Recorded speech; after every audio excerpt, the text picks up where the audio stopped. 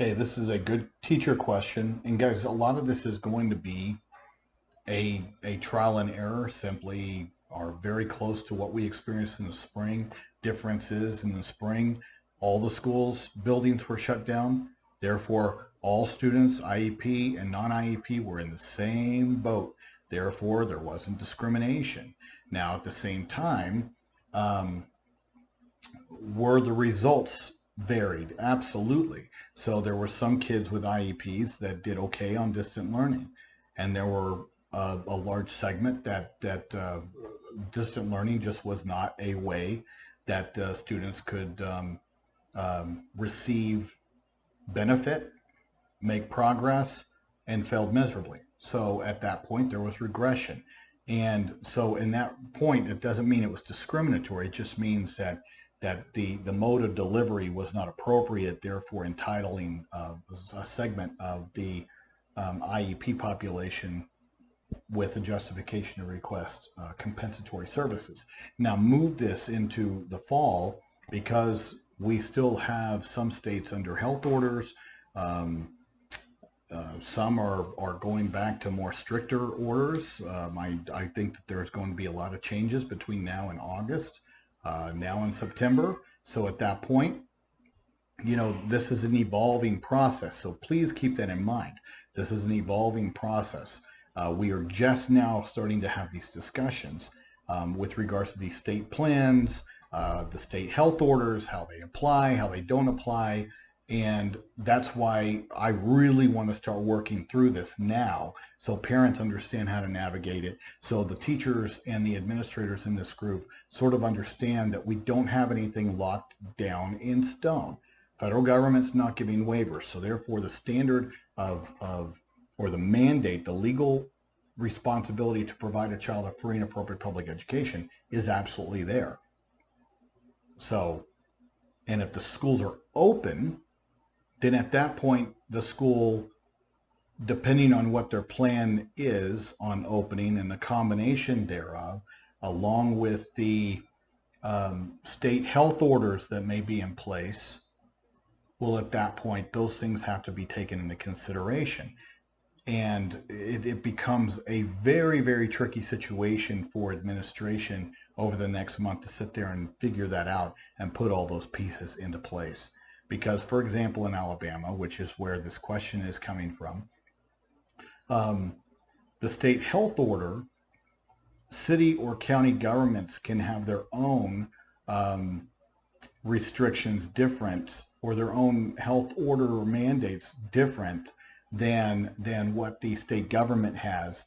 And there will be pockets in some cities or counties that require a different response from state government, okay? So therefore, everybody's got to be sort of flexible, so that the school system follows the state guidance, but then the state guidance is tending to be fairly ambiguous, especially in Alabama. In some states, it's a little bit more defined, a little bit more restrictive, but at the same time, even in those places, there are safe practices, just like they have done with businesses. If they want to reopen, they've got to be able to show that they've reopened using COVID safe practices. And these are defined. But quite frankly, who's policing that? And that's sort of the mystery to all of this. But we've got to have some kind of plan. None of us have lived through this before, all right? So there's got to be a little bit of flexibility. Now, does that help your anxiety? Does it help the fear that you might have as a parent? No, not at all. Or as an educator, okay? And that's not my job to sit there and tell you, or, invalidate your fear or anxiety, or validate it. I'm not going to do either. You've got some hard decisions to make. My job, the unpleasant job that I have, is to sort of let you know the realities of life when it comes to the law and how we think this is going to go down. And when I say we think, well, we all get together and, we don't have a lot of guidance because there's no waivers, and because we don't have a lot of guidance from the State Department of Education. We know that the individual Schools have to follow the health orders, but as long as they follow these general ambiguous policies, then, supposedly you can move forward.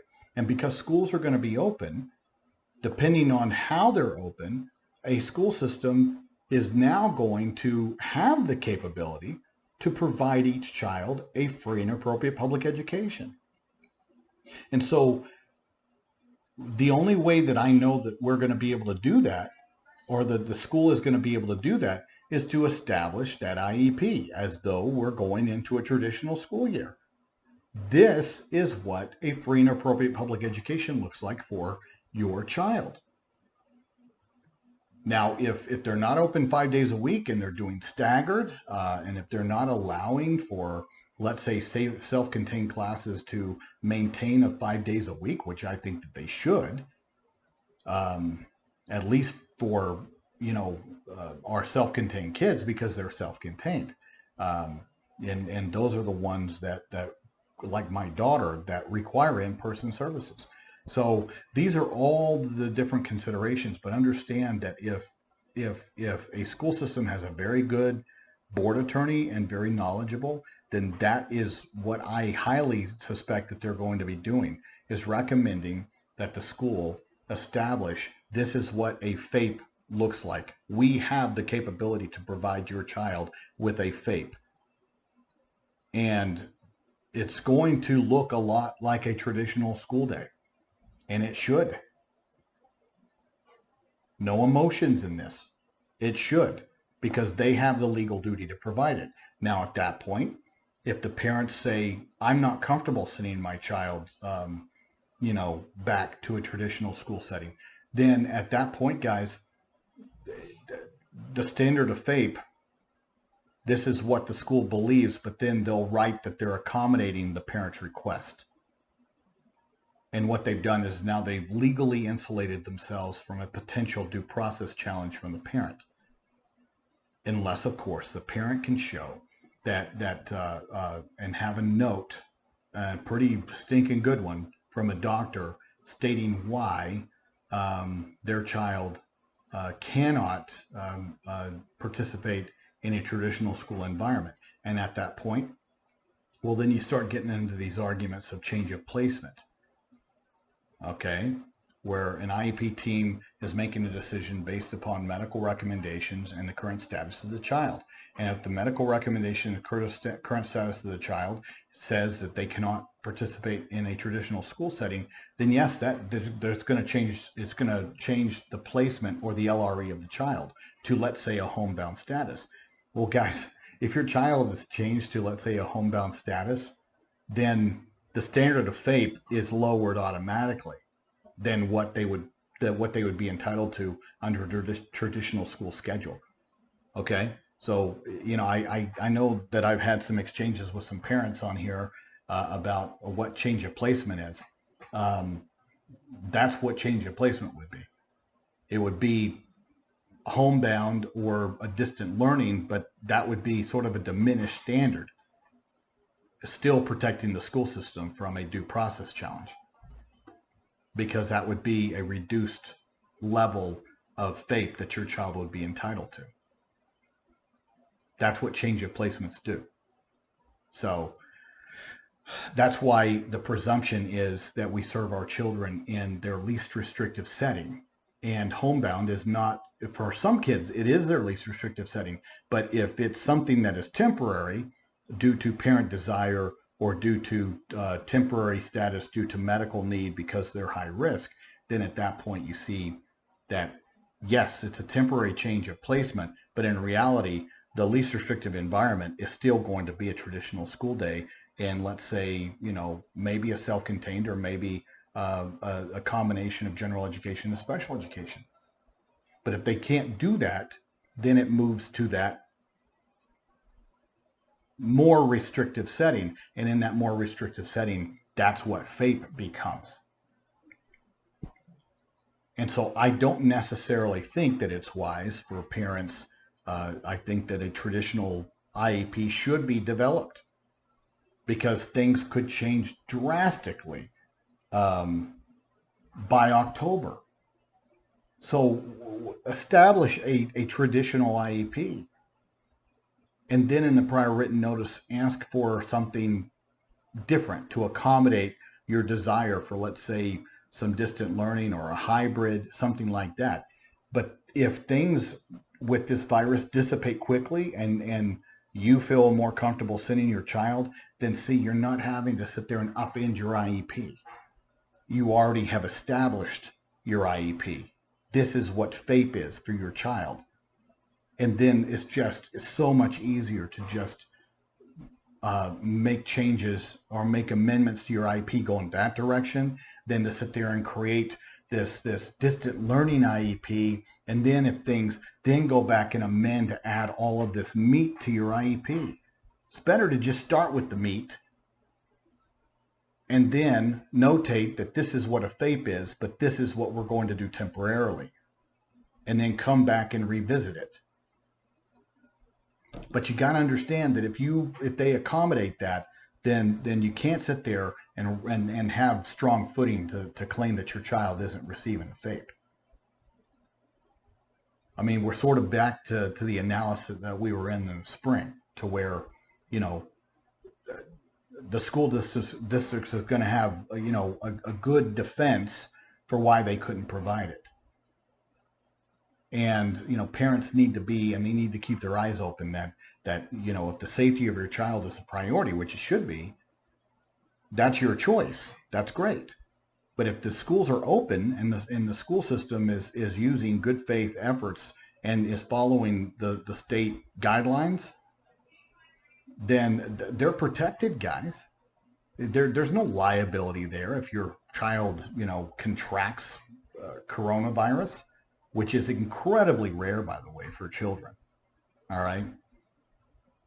For some reason, this just isn't, even the difficulty of children passing it on to adults is rare. It's the weirdest virus I've seen, because I haven't seen one to where kids who normally, you know, pass it on to everybody, where it's just not impacting them in significant. And I'm not even going to say significant, they're just not impacted. On rare occasion, yes, there's always outliers, you know, but our entire world is full of outliers.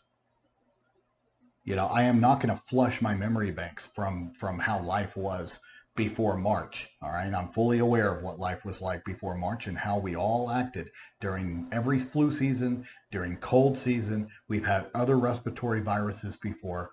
I am just not going to flush my memory banks of how we responded back then, just because we're facing this that I think has been absolutely exaggerated for profit by a media. And because we have very inconsistent data in epidemiological projections, and, you know, the testing that they're doing has a very high failure rate, and is giving a lot of false positives, but also a lot of false negatives. You know, so who are you to believe? It's just one of those things to where I think people are doing the best that they can, and I think unfortunately this has been politicized, but it's impacting a lot of parents, and it's really impacting our kids. So with that being said, those are the things that, you know, need to be kept in mind. Now, this was my sort of long build-up, and you know, I really would like to take this back to, you know, to where I'm answering these things in 4 to 5 minutes, but this is a lot of information, and it's pertinent and relevant because there's so many unknowns. So there's a lot of nooks and crannies I've got to fill in. But the question, and I think I'm even going to put in my video that it starts, you know, at a certain time in the video. Okay. So as a teacher, you have a question. If the district is in red, according to the Alabama Department of Public Health, how will we provide services to our students? If the school system is in red, and that red means that it has to behave differently per the state, per the public health order, then at that point, you know, that sort of insulates the school system on how they can provide a FAPE, okay? But if the schools are open, then they don't really have an excuse on how they can provide a FAPE. They have a myriad of options, but with regards to the legal analysis of how FAPE will be sort of determined, will really depend on the ability of the school to be able to provide those things. And if they're limited due to whatever red status or whatever the county or the city government may determine, then at that point you see where the school is a little insulated. But if those mandates go away, then at that point the options may still exist, but the school system would be left with fewer and fewer excuses, for lack of a better term. I don't want to use legal terms. And excuses would be the same thing as defenses from being able to provide the FAPE, okay? So that's that answer. Many schools, many systems are relying upon Edgenuity. I don't have a problem with Edgenuity necessarily. If teachers sign off on an IEP, doesn't that mean that the teachers are responsible for making sure that the accommodations are met? Yes, within the confines of those limitations, okay? But like I said, as those health orders change and if they're more flexible, then at that point, if the school system has the capability to provide in-person services, and that is the only way that a child can receive a FAPE, but the parent opts for something different, the standard of FAPE is here. The parent option, the school system can agree to it, but they need to notate in the IEP that this is what FAPE is, but they're agreeing to accommodate the parent's request for the reasons that you should state in the prior written notice. Now, why is that? It covers your tail. It covers the tail of the school district, because this is what FAPE is. What the parent's requesting is not what FAPE is. The parent has zero responsibility to provide a FAPE. The school has 100% of the duty. So just because we're temporarily accommodating in the parent's request for, let's say, distant learning, doesn't mean that the school's not open and this is really what FAPE is. And then you just try to do your best per the parent request. But that means that some of the accommodations that the child would normally get or services would be impossible to be able to provide in a distant learning format, as we found out in the spring. Should new IEPs address both in-class and virtual school accommodations? That's still sort of unknown. We're trying to figure that out now, but in my discussions with board attorneys that would be advising their schools, that I respect their intellect in this area, and sort of trying to understand or get a consensus among the attorneys on both ends of how that would be addressed. That would be something that you need to take into consideration. That, remember, if the schools are open, and because this is more than likely going to be a temporary situation, because you got to take the expanse of the full school year, starting in August, ending in May of 2021. You know, I think it's going to be highly rare to have this virus continue to a point to where we are in the same situation we are now. All right, at that point, in looking to the future, and if the schools are open, then you need to design the IEP as to what FAPE is for the child. And if FAPE is, and if you look at everything and you're sitting there going, well, we can only really achieve FAPE for this child in a traditional school setting, then you need to design the IEP like that as a school system and as the parents. And then at that point, that's what FAPE is.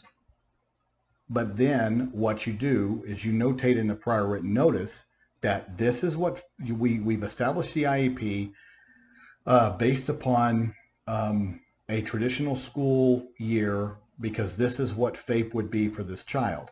Now, because of this reason, and this reason, which would include parent preference, that they're not comfortable sending their child, then at that point, you basically have a side plan, like a distant learning plan. you have a side program, but you need to have this base in place, because let's say in a month, COVID's no longer a concern, and now everybody's just clamoring to get their kids back in school. Well, see, now you're covered. Now your IEP team has nothing to worry about, because you have already created what is FAPE for that child. You've already created the IEP that can just seamlessly be implemented, that is designed to be implemented, because this is what FAPE is for the child in a traditional school. And then at that point, you just sort of wean away or transition away from this alternative option that was a temporary need because of COVID, okay? But I don't see the need of having two alternate plans. Legally, you need the plan in place that provides FAPE, because you're the school system and you have responsibility legally. And then you just write a very good prior written notice as to why you're, going to notate an alternative way to provide services temporarily, and then monitor periodically. And then the IEP team can sit there and make that decision, doing an alternative choice. Okay. Now, with that being said, what the hell was I about to say? Let me look at this. Oh, the reason I said the school system has a responsibility. You wrote in here that aren't teachers legally responsible. The teacher's not responsible. The school district is responsible. But there is a provision within the special education law, guys, that specifically says that teachers are not liable for a child's inability to make progress on their IEP.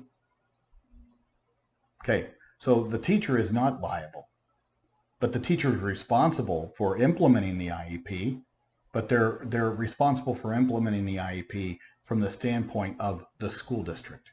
Because at the end of the day, if a FAPE is not provided, then it's the school district that has to respond, not the individual teacher. Now, if the teacher really screws up, then at that point they're in hot water with the school district. They're not in hot water with the parent. Anytime I file a due process complaint, even if the teacher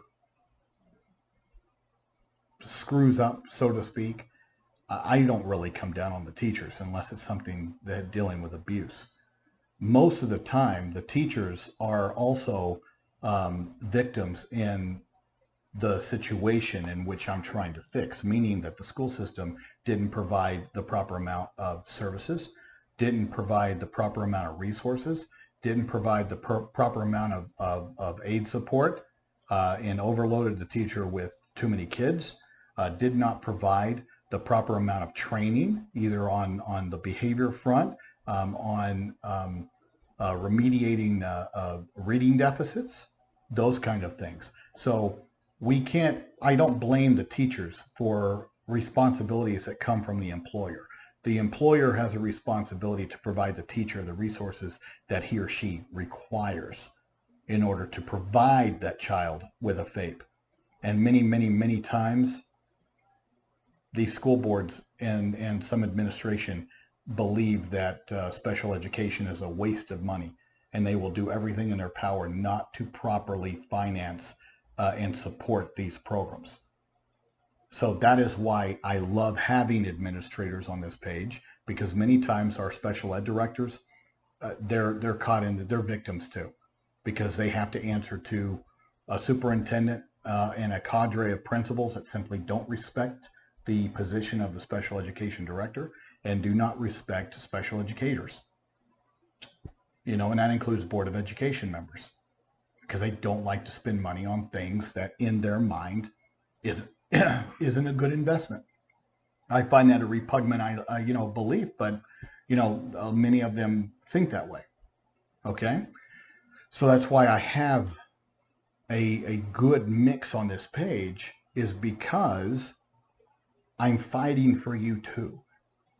What we're doing doesn't work unless we're also supporting our teachers and supporting our administrators helping them understand how to effectively apply this, because they tend to get one-sided training from board attorneys and the board attorney perspective. And I think it's important for educators to hear a parent attorney perspective. You know, and so I am absolutely a fan of our public educators. None of our settlement agreements that we fight for can ever be implemented without the administrators and teachers being the ones to implement it. And so if we're having success, and if my reputation, oh, you call the Galini Group, yeah, I mean, we get things done, but I can tell you guys, I will never, ever discredit the amount of work done by our teachers and the administration in supporting any of the settlement agreements that we put into place. They're only successful. Our settlement agreements are only successful in the progress of the child manifested, and it's a tribute to the teachers and the administrators implementing these things and embracing the training and embracing the additional resources. So, you know, but I hope that answers your question. Thanks.